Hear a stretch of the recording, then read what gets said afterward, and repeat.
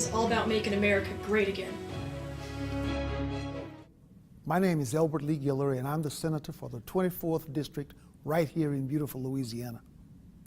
Recently, I made what many are referring to as a bold decision to switch my party affiliation to the Republican Party. I wanted to take a moment to explain why I chose to become a Republican, and also to explain why I don't think it was a bold decision at all. It is the right decision, not only for me, but for all my brothers and sisters in the black community. You see, in recent history, the Democrat Party has created the illusion that their agenda and their policies are what's best for black people. Somehow it's been forgotten that the Republican Party was founded in 1854 as an abolitionist movement with one simple creed, that slavery is a violation of the rights of man.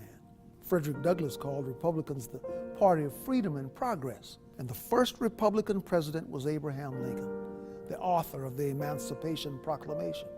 It was Republicans in Congress who authored the 13th, 14th, and 15th Amendments, giving former slaves citizenship, voting rights, and due process of law.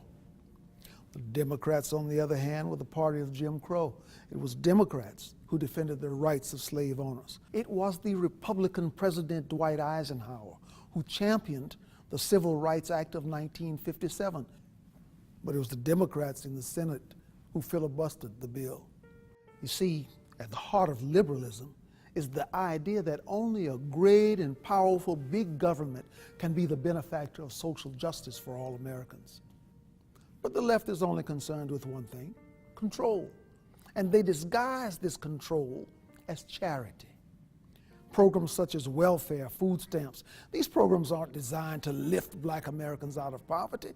They were always intended as a mechanism for politicians to control the black community. The idea that blacks, or anyone for that matter, need the government to get ahead in life is despicable.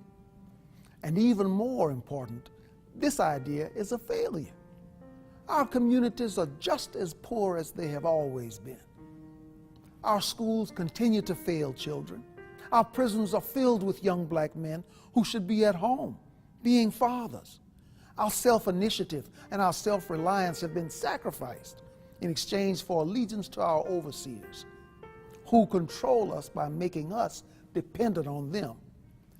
Sometimes I wonder if the word freedom is tossed around so frequently in our society that it has become a cliche. The idea of freedom is complex and it's all-encompassing. It's the idea that the economy must remain free of government persuasion. It's the idea that the press must operate without government intrusion. And it's the idea that the emails and phone records of Americans should remain free from government search and seizure. It's the idea that parents must be the decision makers in regards to their children's education, not some government bureaucrat. But most importantly, it is the idea that the individual must be free to pursue his or her own happiness, free from government dependence and free from government control.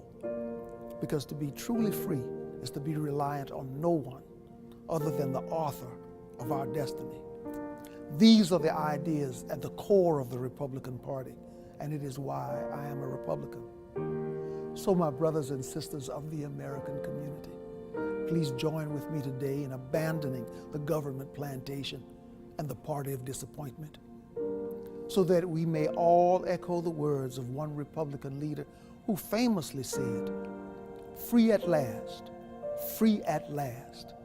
Thank God Almighty, we are free at last."